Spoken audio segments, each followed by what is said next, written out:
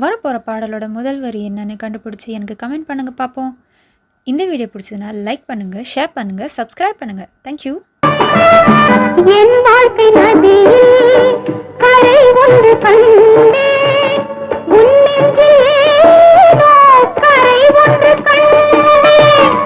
என் வாழ்க்கை நதியே கரை ஒன்று கண்டேன், உன் நெஞ்சிலேனோ கரை ஒன்று கண்டேன்.